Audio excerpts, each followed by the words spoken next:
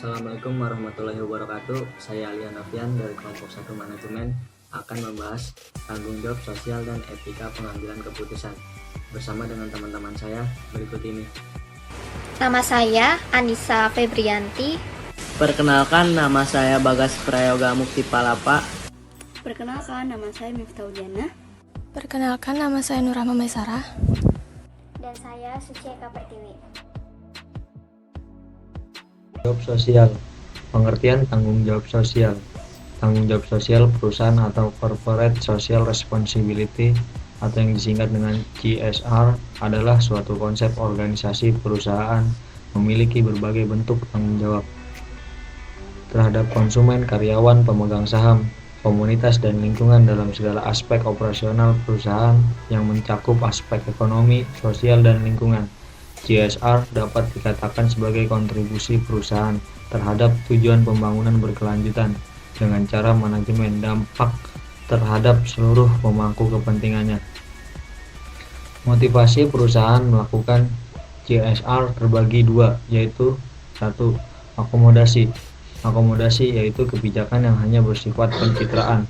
CSR dilakukan untuk memberi citra sebagai korporasi yang tanggap terhadap kepentingan sosial dan tidak melibatkan perubahan mendasar dalam kebijakan bisnis korporasi sesungguhnya.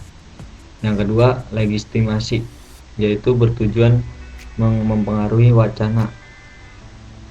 Program kegiatan yang dilakukan oleh perusahaan dalam konteks CSR dikategorikan dalam bentuk 1. Public relation, usaha menanamkan persepsi positif kepada komunitas tentang kehidupan yang dilakukan oleh perusahaan atau penghijauan. Yang kedua, strategi defensif, kegiatan untuk melawan upaya negatif yang berkembang dengan melakukan kegiatan yang dianggap negatif sebagai penindasan karyawan dengan pemberdayaan karyawan.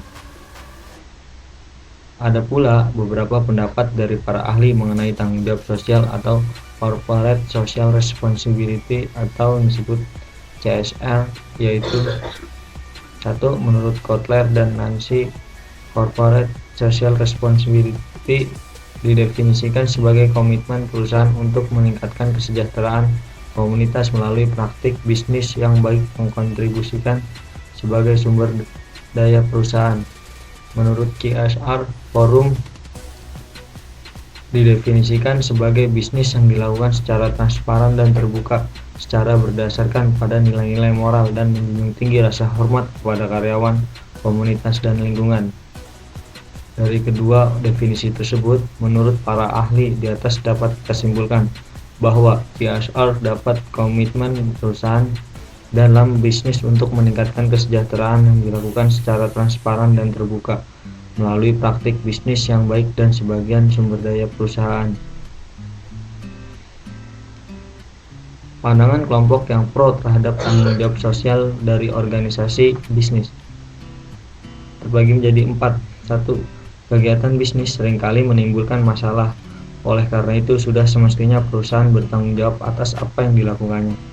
Yang kedua, perusahaan adalah bagian dari lingkungan sosial masyarakat.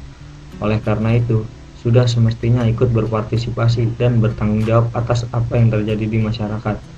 Yang ketiga, perusahaan memiliki sumber daya untuk menyelesaikan masalah di lingkungan sosial masyarakat. Yang keempat, perusahaan adalah partner dari lingkungan sosial kemasyarakatan sebagaimana halnya juga pemerintah dan masyarakat lain pada umumnya. Pandangan kelompok yang kontra terhadap tanggung jawab sosial dari organisasi bisnis.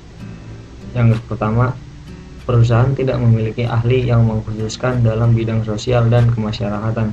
Oleh karena itu, sulit bagi perusahaan bertanggung jawab. Yang kedua, perusahaan yang ikut berpartisipasi dan bertanggung jawab dalam lingkungan sosial masyarakat justru akan memiliki kekuatan untuk mengkontrol masyarakat. Itu indikasi yang kurang baik secara sosial. Yang ketiga, akan banyak terdapat konflik kepentingan di masyarakat jika perusahaan terlibat dalam aktivitas sosial. Yang keempat, tujuan perusahaan bukan untuk motif sosial, akan tetapi memperoleh profit dan mencapai tujuan yang diharapkan oleh pemilik perusahaan. Tanggung jawab sosial perusahaan berkaitan dengan cara suatu bisnis dalam bertindak terhadap kelompok dan pribadi lainnya dalam lingkungan dan merupakan tanggapan dari perusahaan atau bisnis terhadap kebutuhan sosial. Tanggung jawab sosial diperuntukkan bagi yang pertama konsumen. Konsumen mendapatkan produk yang layak dan yang aman, kemudian mendapatkan informasi dan mendapatkan hak untuk memilih dan didengar. Yang kedua adalah karyawan, di mana karyawan mendapatkan jaminan atas keselamatan pekerjaan dan kesehatan serta mendapatkan upah yang layak. Yang ketiga adalah lingkungan, di mana perusahaan juga bisa mencegah terjadinya polusi udara dan menjaga kelestarian alam. Yang keempat adalah investor, di mana manajer harus bisa mengikuti prosedur akuntansi yang baik dan benar, serta membuat laporan yang tepat bagi pemegang saham. Menurut Dauman dan Hargreaves, tanggung jawab sosial dinyatakan dalam 3 level. Yang pertama adalah basic responsibility. Basic responsibility ini merupakan tanggung jawab pertama yang harus dilakukan oleh perusahaan, seperti membayar pajak, memenuhi standar hukum pekerjaan, dan memuaskan pemegang saham. Yang kedua adalah organization responsibility. Pada level kedua ini, perusahaan bertanggung jawab terhadap perubahan kebutuhan para stakeholder. Yang ketiga adalah social responsibility. Pada tanggung jawab yang ketiga ini, perusahaan tidak hanya bertanggung jawab terhadap keuangan, tetapi perusahaan juga harus bertanggung jawab terhadap masalah sosial yang ditimbulkan dari kegiatan operasional perusahaan tersebut. Selain melakukan aktivitas yang berorientasi pada keuangan, perusahaan juga harus melakukan aktivitas lain, seperti menyediakan lingkungan tempat kerja yang aman dan nyaman bagi karyawannya, menjamin bahwa proses produksinya tidak mencemari lingkungan sekitar perusahaan, menempatkan tenaga kerja secara jujur, memberikan produk yang aman bagi para konsumen, dan menjaga lingkungan eksternal perusahaan agar dapat mewujudkan sosial kepedulian perusahaan. B. Berbagai kegiatan sosial dalam korporasi social responsibility. Tanggung jawab sosial perusahaan atau CSR biasanya diimplementasikan dalam aksi sosial kesehatan, contohnya pengobatan gratis atau cek kesehatan. Aksi sosial terhadap lingkungan, contohnya penanaman pohon atau reboisasi. C. Macam-macam tanggung jawab suatu perusahaan. 1. Tanggung jawab terhadap lingkungan, contohnya perusahaan harus memperhatikan limbah industri. Kedua, tanggung jawab terhadap karyawan. Perusahaan harus mempercayai karyawan. Perusahaan harus menghormati dan menghargai pendapat karyawan. 3. Tanggung jawab terhadap pelanggan. Contohnya, perusahaan harus memberikan barang yang berkualitas bagi pelanggan. Keempat, tanggung jawab terhadap investor. Contohnya, perusahaan harus memaksimumkan laba. Kelima, tanggung jawab terhadap masyarakat. Contohnya, perusahaan harus berkontribusi dalam masyarakat sekitar. D. Bentuk-bentuk tanggung jawab dalam suatu perusahaan. AMDAL, analisis mengenai dampak lingkungan. Contohnya penanganan limbah industri sebagai bentuk partisipasi menjaga lingkungan. 2. Penerapan prinsip K3, kesehatan dan keselamatan kerja dengan menggunakan alat kerja seperti helm kerja atau masker dan lain-lain. 3. Pelaksanaan hubungan industrialis Pancasila dan kesepakatan kerja bersama, di mana diatur beberapa contoh hak karyawan seperti cuti, tunjangan hari raya, dan pakaian kerja. E. Manfaat dilakukannya tanggung jawab sosial dalam perusahaan, menimbulkan citra nama baik di kalangan pemerintah maupun di masyarakat. Pengambilan keputusan yang etis dalam peran manajerial. Dalam situasi bisnis, para individu harus mempertimbangkan implikasi etis dan pengambilan keputusan pribadi dan profesional atau personal and professional decision making. Beberapa peran yang kita emban yaitu bersifat sosial dan beberapa lagi bersifat institusional. Dalam konteks bisnis, para individu mengisi peran sebagai karyawan, manajer, eksekutif senior, dan anggota dewan. Para manajer, eksekutif senior, dan anggota dewan memiliki kemampuan untuk menciptakan dan membentuk konteks organisasi di mana semua karyawan mengambil keputusan. Oleh karena itu, mereka memiliki sebuah tanggung jawab untuk meningkatkan pengaturan organisasi yang mendorong perilaku etis dan menekan perilaku yang tidak etis.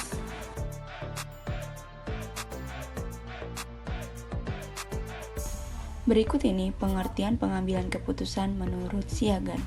Yang dimaksud pengambilan keputusan yaitu suatu pendekatan terhadap hakikat suatu masalah, pengumpulan fakta-fakta dan data, penentuan yang matang dari alternatif yang dihadapi, dan pengambilan tindakan yang menurut perhitungan merupakan tindakan yang paling tepat.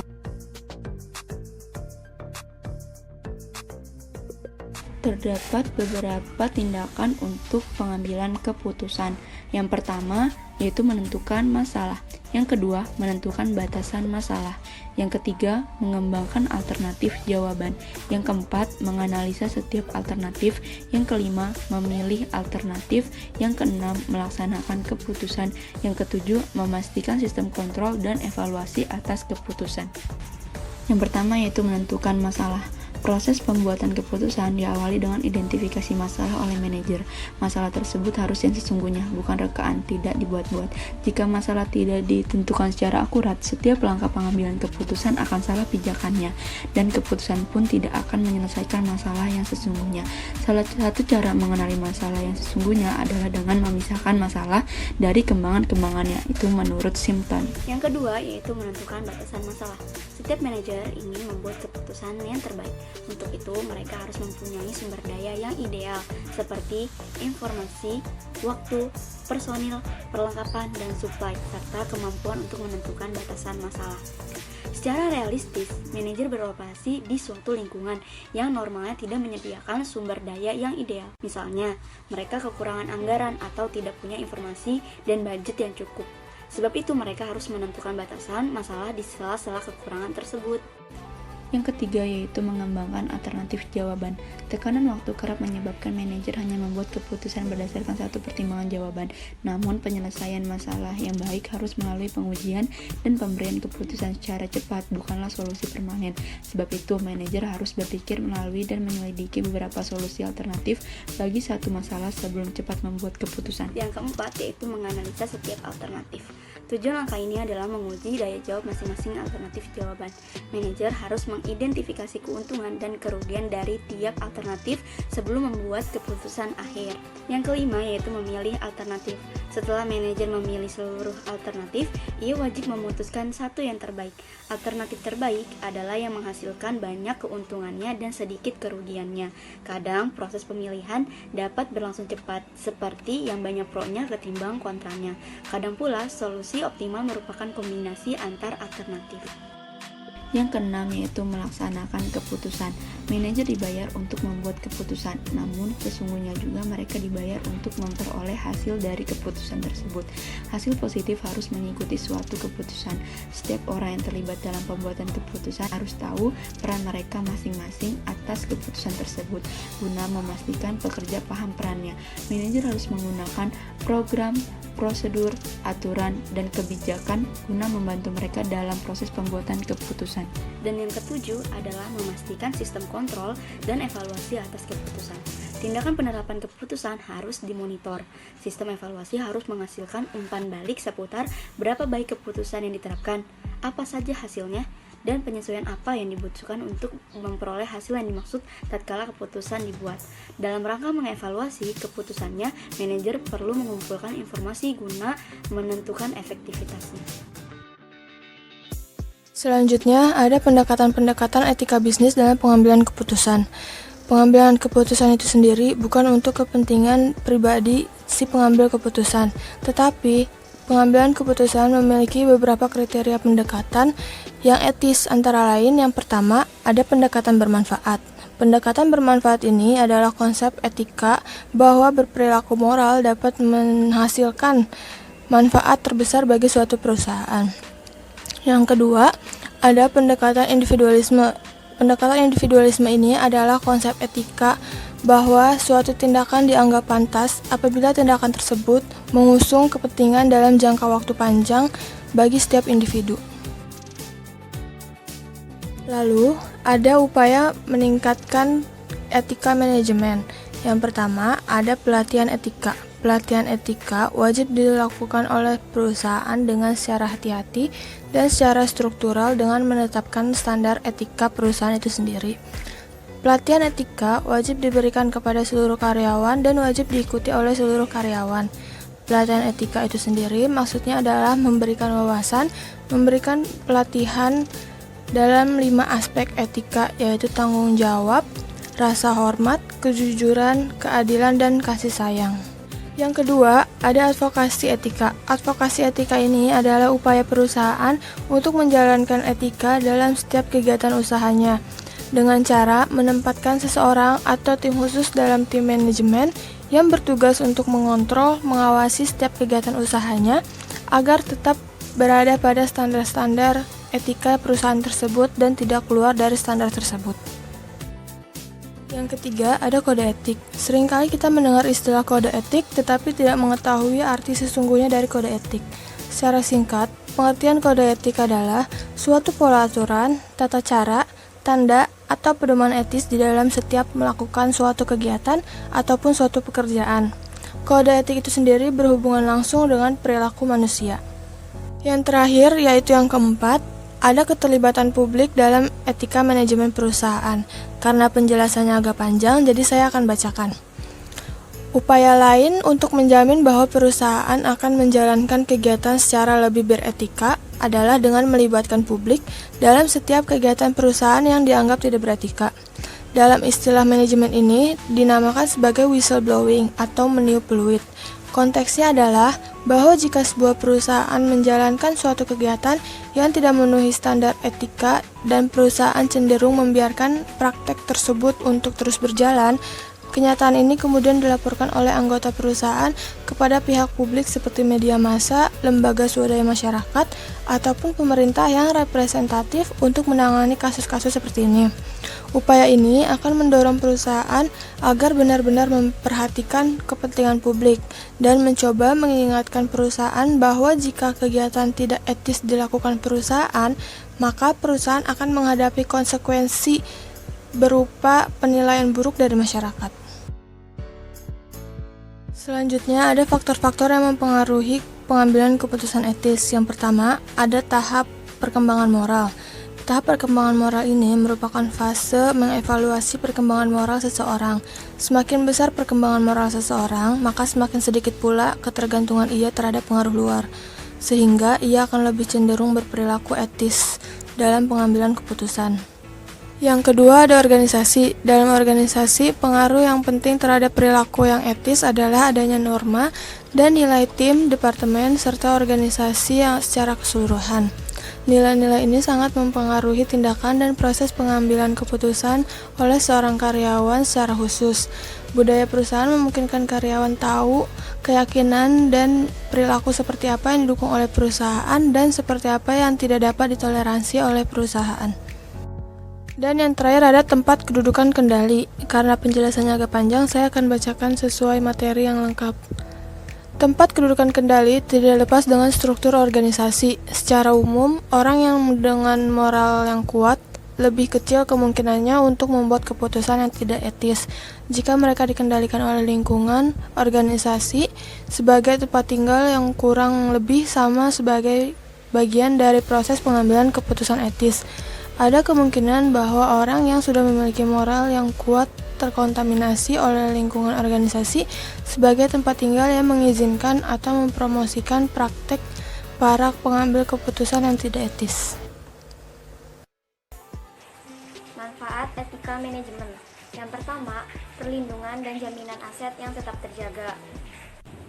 Manfaat pertama yang dirasakan oleh perusahaan ketika menerapkan etika bisnis adalah biaya perlindungan dan jaminan aset yang stabil, bahkan semakin lama semakin menurun. Mengapa demikian? Karena setiap karyawan menyadari tugas dan tanggung jawab mereka terhadap perusahaan. Dengan kata lain, mereka menyadari bahwa aset-aset perusahaan harus dijaga dengan baik. Manfaat yang kedua adalah kerjasama tim akan semakin kuat. Jika semua orang di dalam tim menerapkan etika bisnis dengan baik dan konsisten, maka mereka akan menyadari dengan baik bagaimana caranya bertanggung jawab. Sebagai contoh, mereka tahu bahwa pekerjaannya yang diberikan harus diselesaikan dengan tepat waktu, dan mereka juga sadar bahwa untuk mencapai suatu target, kerjasama tim sangatlah diperlukan. Dengan begitu, etika bisnis yang dipraktikkan secara konsisten akan menciptakan kerjasama tim yang semakin kuat. Manfaat yang ketiga adalah tingkat produktivitas akan semakin meningkat. Ketika kerjasama tim semakin kuat, maka setiap karyawan juga akan semakin terdorong untuk meningkatkan produktivitas mereka. Dengan kata lain, setiap karyawan akan terpacu untuk bekerja lebih keras dan lebih tekun untuk menjadi karyawan yang unggul. Manfaat yang keempat adalah citra merek atau brand dan perusahaan akan semakin terkenal di kalangan masyarakat. Seperti yang sudah kami sampaikan di awal, bahwa alasan mengapa etika bisnis sangat penting dan diperlukan dalam perusahaan adalah karena dengan menerapkan etika bisnis secara konsisten, citra merek dan perusahaan akan semakin terjaga di kalangan masyarakat luas. Hal ini dikarenakan masyarakat semakin yakin dan percaya bahwa produk, layanan jasa, serta organisasi bisnis kita adalah sesuatu yang berjalan sesuai dengan etika. Manfaat yang kelima adalah pengambilan dan penerapan keputusan menjadi lebih mudah. Organisasi atau perusahaan yang menerapkan etika bisnis secara konsisten pastinya akan lebih mudah dalam mengambil dan menerapkan keputusan. Karena semua kebimbangan di dalam bisnis dapat diselesaikan dengan berpacu kembali pada etika yang ada. Manfaat yang keenam adalah perusahaan akan lebih adaptif terhadap perubahan. Para karyawan dengan etika bisnis yang profesional di tempat kerja jelas menjadi kunci utama untuk kesuksesan pada setiap perusahaan. Perusahaan dengan sangat sadar percaya bahwa semua karyawan profesional dapat beradaptasi dengan perubahan-perubahan yang terjadi secara cepat dan drastis. Namun, mereka akan tetap bertindak sesuai dengan etika bisnis yang berlaku. Manfaat yang ketujuh yaitu lingkungan kerja yang nyaman dan sedikit masalah. Jika seandainya terjadi kesalahpahaman di antara karyawan, semua itu dapat diselesaikan dengan baik karena setiap karyawan mengetahui dan memahami etika bisnis yang selalu diterapkan bersama-sama di dalam perusahaan. Hal ini membuat lingkungan kerja menjadi kondisi yang nyaman dan sedikit masalah. Manfaat yang kedelapan adalah seluruh lapisan perusahaan akan bersikap lebih positif. Etika bisnis akan mengajarkan semua orang yang terlibat dalam suatu organisasi atau perusahaan semakin percaya dan paham bahwa segala apapun yang ditetapkan oleh etika bisnis bukan hanya baik untuk diri sendiri, namun juga untuk masa depan perusahaan dan orang-orang di sekitar kita atau publik. Manfaat yang kesembilan, permasalahan dengan hukum akan semakin sedikit.